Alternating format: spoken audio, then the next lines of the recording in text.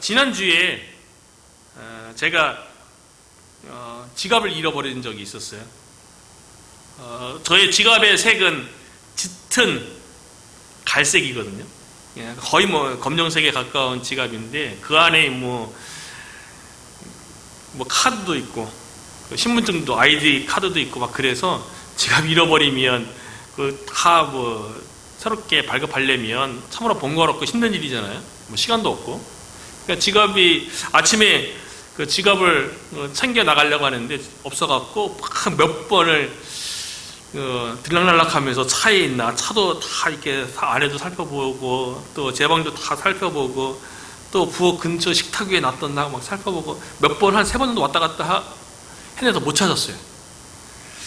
그래서 아내 보고 혹시 내 지갑 못 봤냐고. 그러니까 못 봤대. 그러니까 아침에 지갑 없이 나가니까 하루가 기분이 이게 어디서 그날 전날 저녁에 이제 월막 갔다 온 기억이 있어서 거기다 놓고 왔나. 여러 가지 온갖 생각이 막 올라오면서 마음이 복잡했죠. 그리고서 이제 갔다 온 다음에 가만히 이제 앉아서 이제 생각을 해보는 거예요. 어디다 놓는가. 그리고 마음을 다 가라앉히고 이렇게 딱 뒤로 책상에 앉았다가 뒤를 딱 되돌아보니까 뒤에도 책장이 있거든요. 앞에 책장은 흰색이에요. 뒤에 책장은 검정색이거든요. 근데 가만히 이렇게 뒤를 이렇게 딱 돌아봤는데 검정색 책장 선반 위에 짙은 갈색의 제 지갑이 딱 올려져 있더라고요. 그래서 그날 저녁에 아내한테 그런 얘기를 했어요. 마음이 분주하고 급한 마음으로 지갑을 찾으려고 그러니까 보이지 않았던 게 마음을 가라앉히고 차분한 상태에서 주변을 이렇게 둘러보니까 지갑이 있더라. 그러면서 우리가 영적으로 우리의 마음이 평안하고 안정된 상태에서 우리가 주변을 둘러보면 하나님의 일하심, 하나님이 함께한다는 걸 볼 수 있겠지 않겠느냐. 그런 대화를 제가 나눴거든요. 그런 것 같아요. 우리가 삶이 힘들고 고단하면 마음도 복잡해지잖아요. 그렇기 때문에 그 복잡한 마음 때문에 어쩌면 우리가 실제로 하나님을 믿는 하나님의 자녀인 저와 여러분에게 임마누엘로 함께 하겠다고, 하나님은 우리와 함께 계시다라는 임마누엘의 이름으로 오신 분 아니겠어요? 그 말씀대로 하나님은 우리와 함께 하시고 우리를 보호하시고 우리의 삶을 인도할 텐데, 때로는 우리가 주어진 상황과 환경 이런 것 속에서 마음이 이렇게 너무 분주하고 뭔가 빨리 조급한 마음도 들고, 그래서 옆에 있었음에도 아침에 그렇게 지갑 못 찾았던 이유도 마음이 분주하니까, 잃어버리면 어떡하나 그런 걱정 때문에 막 둘러보니까 어쩌면 거기 봤었거든요. 안 보였던 거예요. 어쩌면 우리가 날마다 새벽마다 교회에 나와서 기도하는 그 시간도 우리의 마음을 차분하게 가라앉히고 성령 충만하게 하나님의 평안 가운데 하나님께서 우리 가운데 어떻게 우리를 보호하시고 우리의 삶을 이끌어가는지를 볼 수 있는 그런 시간으로 우리가 만들어가는 것이 아닌가, 그런 생각을 해보게 됩니다. 그래서 아까 우리가 찬양할 때 세상의 유혹 시험이 그 가사 3절에도 보면, 제가 오늘 설교 본문에 배경된다고 찬양하기 전에도 얘기했는데요. 그 3절 가사에 보면 주위를 둘러보면 아무도 없는 듯, 너무나 힘들고 어려운 거예요. 그래서 하나님을 믿지만, 예수를 믿지만 주위를 둘러보면 하나님이 나를 위해서 일하지도 않는 것 같고 나를 돕는 것 같지도 않고 아무것도 없는 것 같은, 그런데 믿음의 눈을 들면 보이는 분 계시네. 믿음의 눈으로 딱 보니까 보이는 분, 하나님이 보이는 거예요. 지금도 내 안에서 역사하고 계시는 사망과 어둠의 권세에 물리치신 예수님, 우리 안에 여전히 역사하고 계시고 사망과 어둠의 권세를 이기신 그 권능의 예수님이 우리 안에 있다는 것을 믿음의 눈을 뜨고 보면 보이는 거죠. 그래서 주를 찬양, 손을 들고 찬양, 이렇게 이제 우리가 가사로 고백했는데요. 참 우리가 예수를 믿고 예수님이 임마누엘로 우리 함께 한다는 걸 믿고 고백하지만 실제로 삶 속에서 많이 못 느끼는 것 같다는 생각이 들었어요. 마음이 분주해서 마음이 조급하거나 그런 것 때문에. 오늘 본문에도 보면요, 예수님께서 두로 지방에서, 이 두로는 이방인 땅이 아닙니까? 이방인들이 거주하는 땅이었는데 예수님께서 그곳에 가셔서 스로보니게 여인의 사랑하는 딸의 그 귀신 들린 문제를 고쳐주셨죠. 그런데 예수님께서 그 두로 지방에서 시돈도 이방 땅이에요. 이방 땅을 둘러서 또 대가볼리는 10개의 도시를 걸쳐서 오늘 본문에 보면 갈릴리 호수로 오셨거든요. 그 예수님의 이동 경로를 이렇게 쭉 보면서 예수님께서 왜 대가볼리에 들르셨을까? 예수님께서 갈릴리 호수 주변에서 많은 능력들을 나타내셨어요.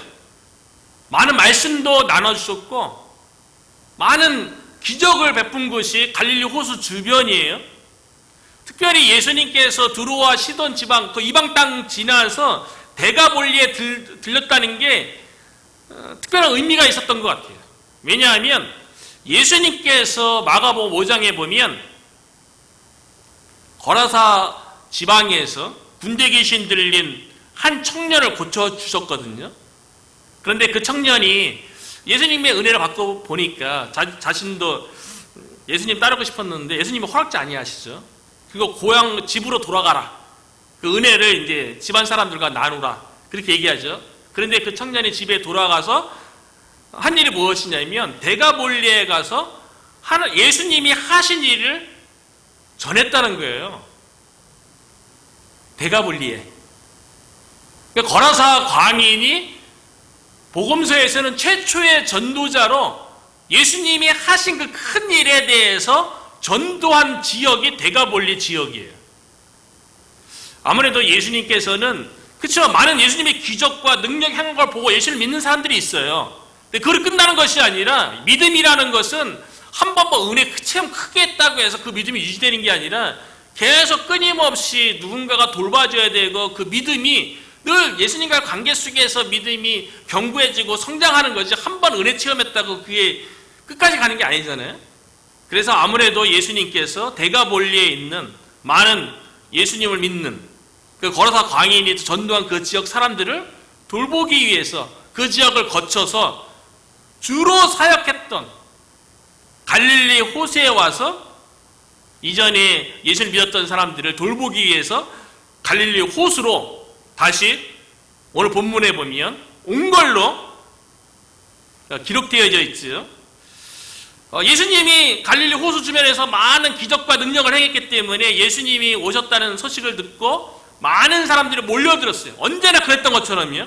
예수님을 통해서 고침을 받고 예수님을 통해서 은혜를 누리고자 하는 많은 사람들이 예수님 주변에 있었어요.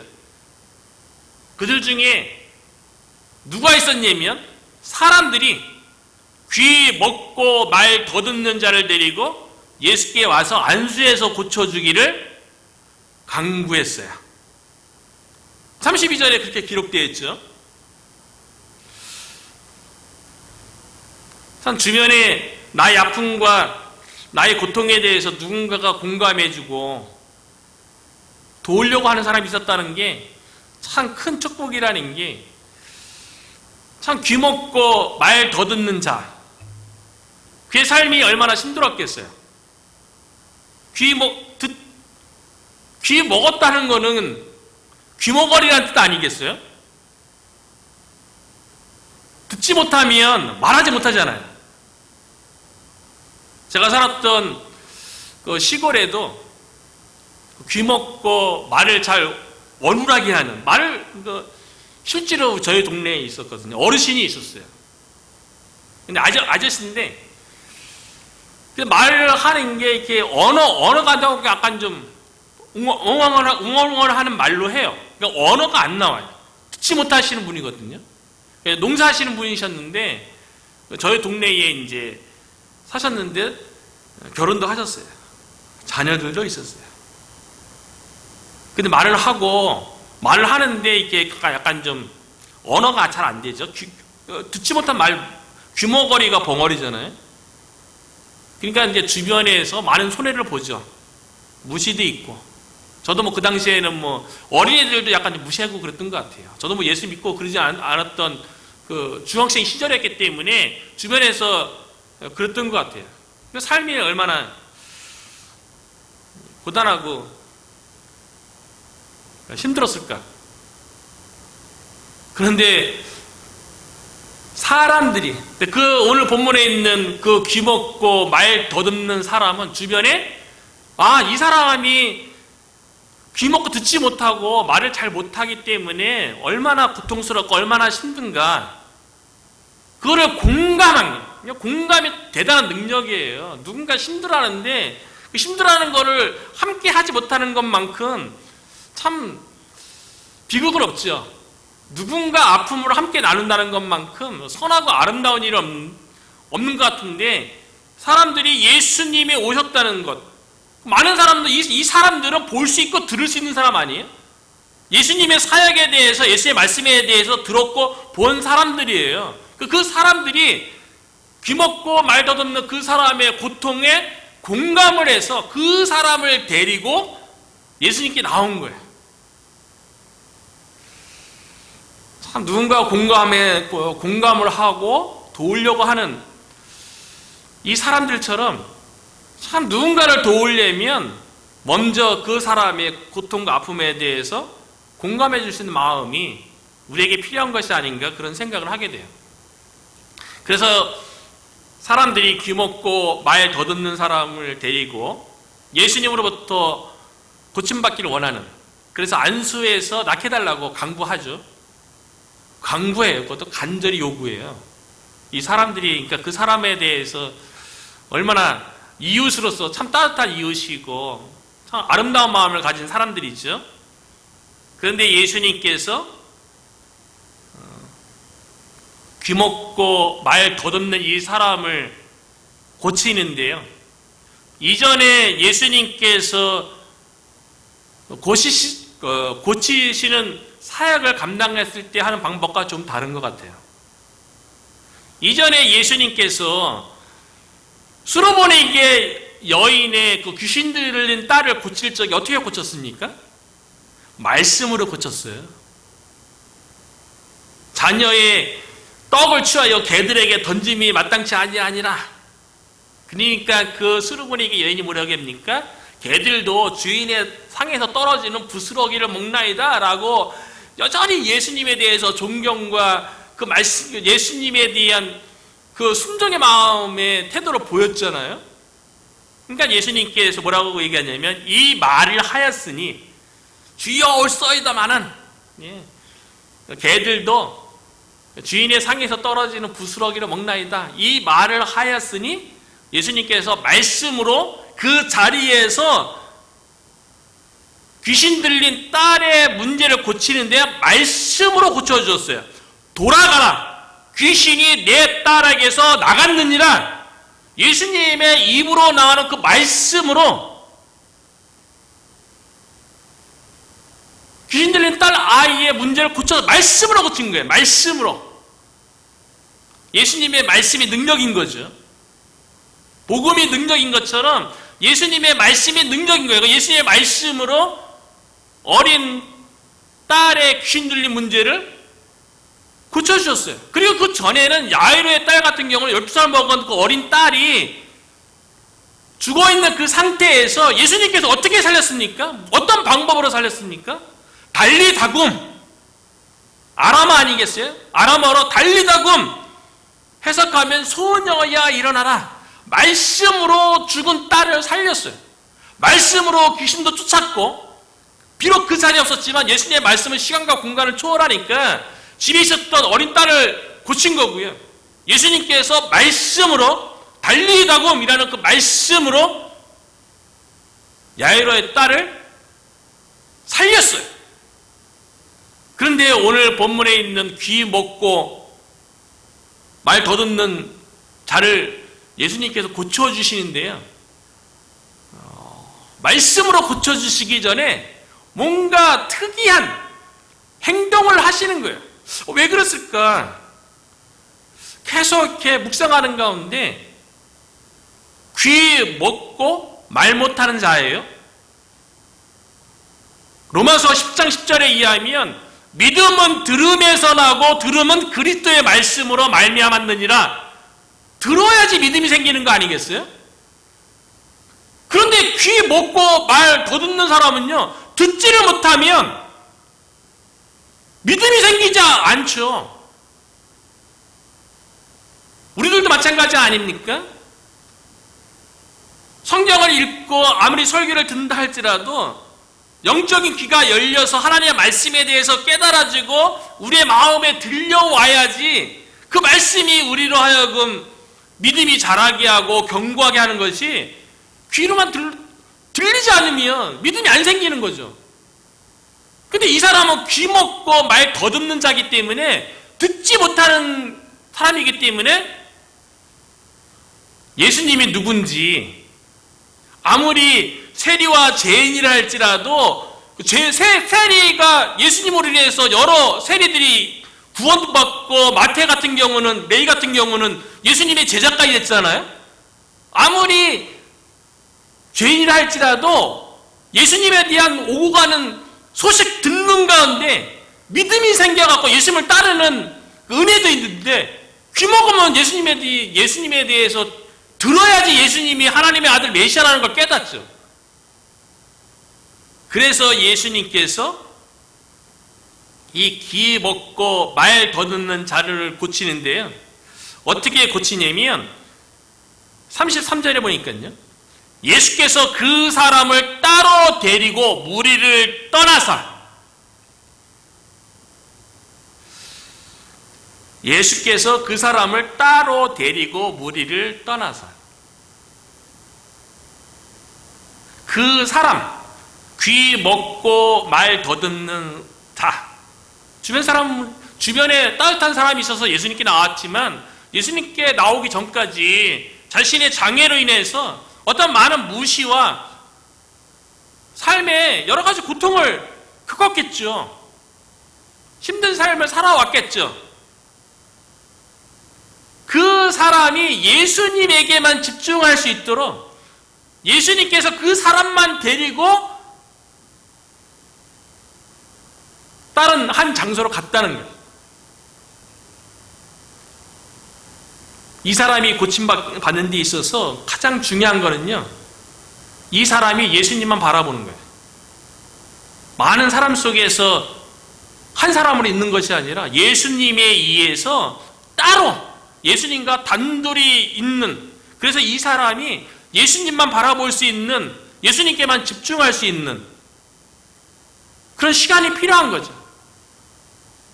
그래서 예수님께서 그 사람을 데리고 무리를 떠나서 우리들도 하나님의 은혜를 겪는 데 있어서 1대1 인격적인 만남 가운데 하나님의 은혜도 주어지는 거 아니겠어요? 많은 무리 속에서가 아니라 하나님과의 1대1 인격적인 관계 속에서 만남 속에서 하나님의 은혜가 주어지는 거죠. 그래서 이 예수님께서 그 다음에 하는 행동을 보면 참 독특해요. 그 행동을 보면서 제가 느끼는 것은 뭐냐면 그 사람에게 예수님에 대한 믿음을 심어주기 위한 행동이 아닌가 그런 생각이 드는 거예요. 예수님께서 귀 먹고 말 더듬는 그 사람에게 취하는 행동을 보면요, 이것이 무슨 이렇게 그 사람을 고치는 데 도움이 될 만한 행동을 해요. 그 행동이 무엇이냐면 예수님의 손가락을 그의 양 귀에 넣어줘요. 양 귀에 이렇게 예수님의 손가락을 넣어줘요. 그리고 예수님이 침을 뱉어요. 그 침을 뱉은 걸 가지고 그 사람의 혀에다가 손을 대는 거예요. 어쩌면 지저분한 행동일 수 있잖아요. 아니, 많은 사람들이 그 귀 먹고 말 더듬는 그 사람을 예수님께 데려가서 고쳐달라고 강구하는데, 아니, 나는 고쳐달라고 했지. 이 사람이 스스로는 그렇게 생각할 거 아니에요? 무슨 그 손가락을 귀에다가 집어넣고 침 뱉고 또 그거를 또 손에다가 했고 혀에다 대고 얼마나 지저분합니까?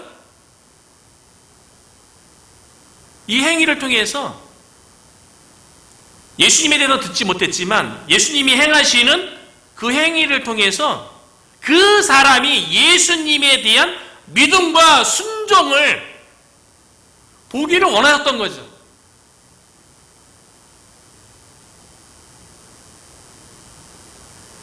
예수님께서 요한복음에 보면요, 요한복음 9장에 태어나면서부터 앞을 못 보는 소경을 고쳐주는데요, 우리가 세 번째 찬양했던 것처럼 실로암 그 찬양이 태어날 때부터 소경이에요. 앞을 보지 못한 사람이에요.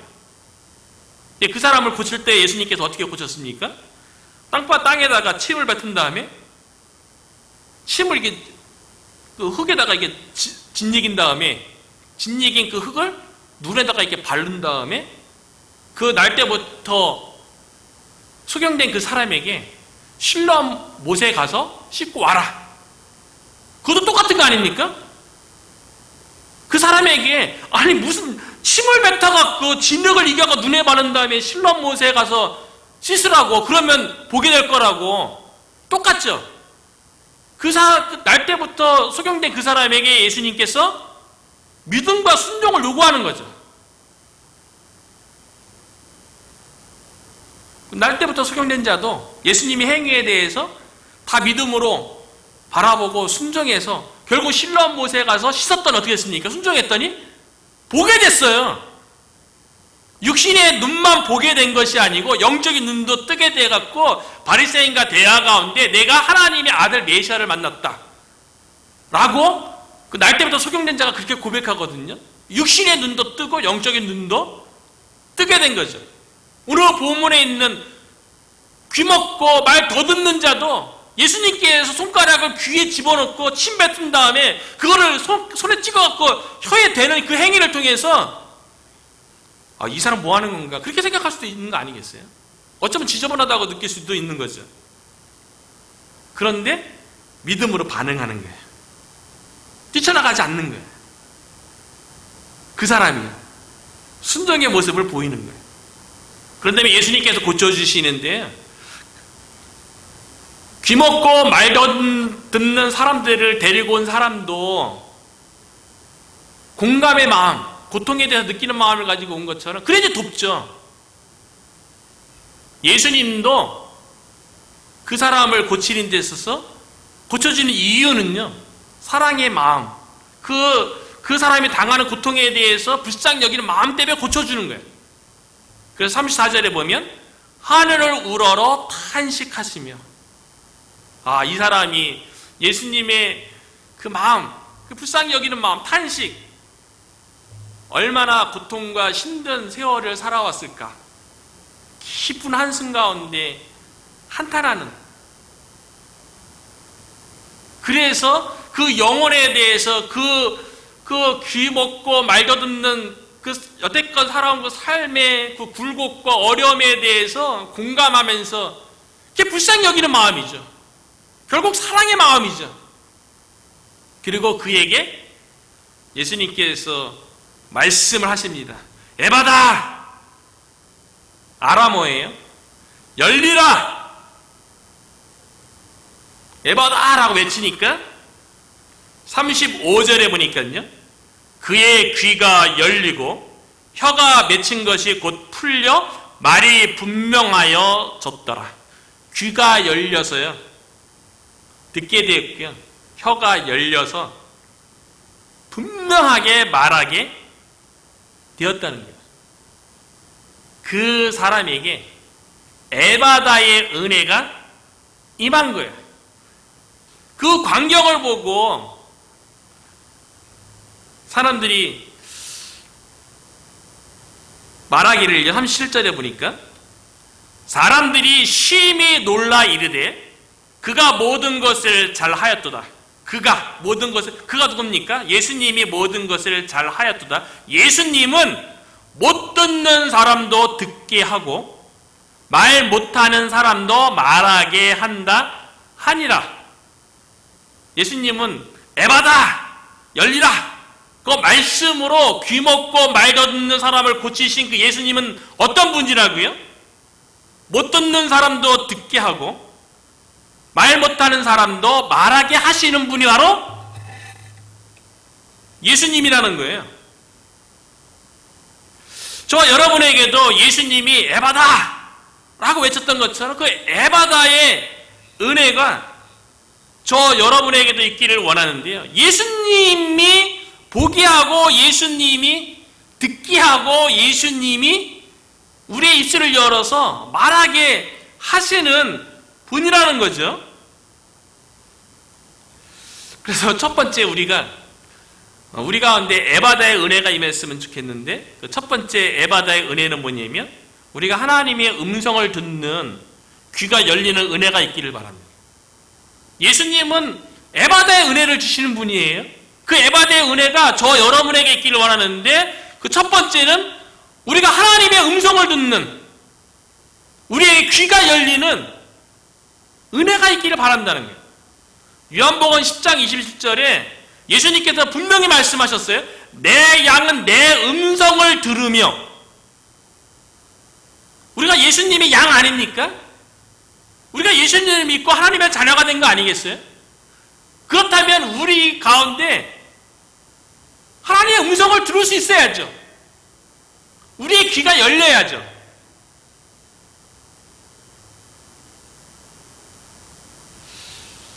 히브리서 3장 7절에 보니까요. 그러므로 성령이 이르신 바와 같이 오늘 너희가 그의 음성을 듣거든. 우리가 하나님의 자녀로서 하나님의 음성을 들을 수 있는 귀가 있는 거예요. 우리의 귀가 열려서 날마다 삶 속에서 하나님의 말씀을 통해서 삶의 여러 가지 상황 속에서 하나님의 음성을 듣는 에바다의 은혜가 저와 여러분의 있기를 주의 이름으로 축원합니다. 두 번째는요. 하나님의 보호하심이 우리 가운데 함께한다는 눈이 열리기를 간절히 축원합니다.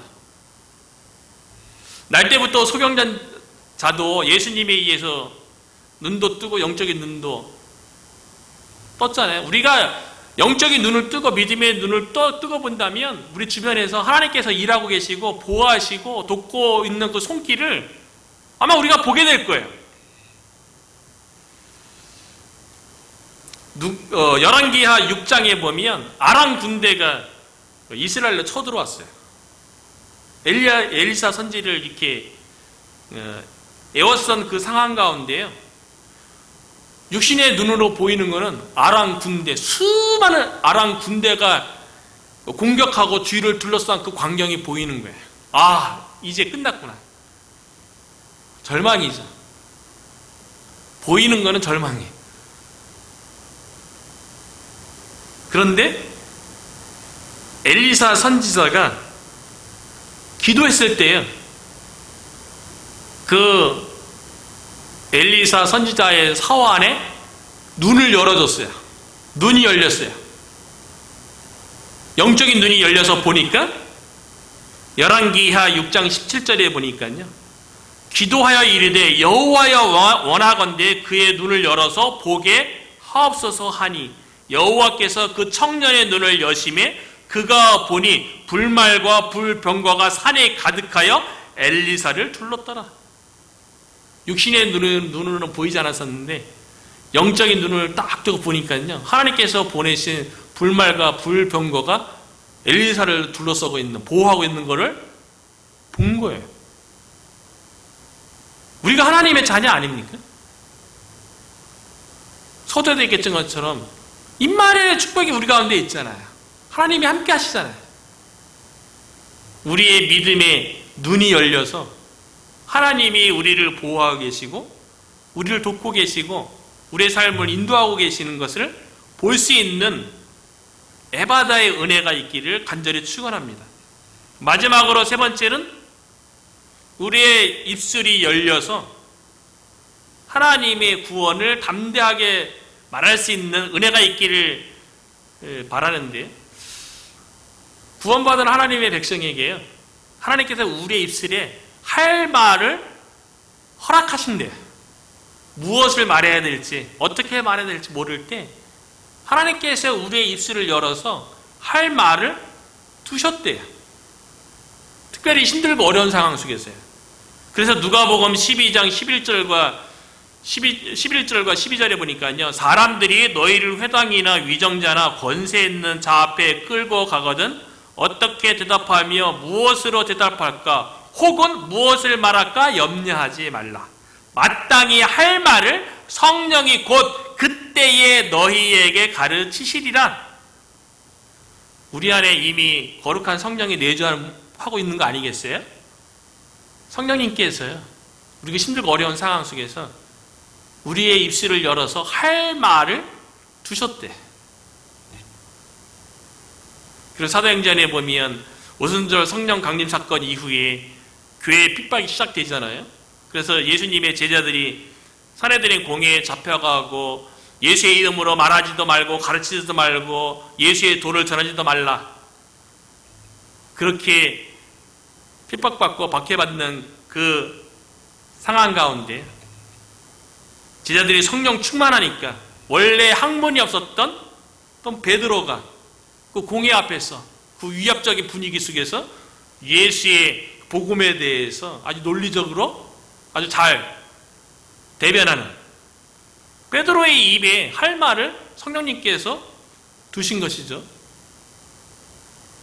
그리고 교회가 함께 모여서 기도했을 때 어떤 일이 벌어졌냐면요, 제자들이 성령이 충만하여서 담대하게 하나님의 말씀을 전하게 되었는데요, 저와 여러분도 성령 충만하여서 우리의 입술이 열려서 하나님의 사랑에 대해서 하나님의 복음에 대해서 우리 주변에도 증거할 수 있는 우리의 입술이 열리는 은혜가 있기를 주님의 이름으로 축복합니다.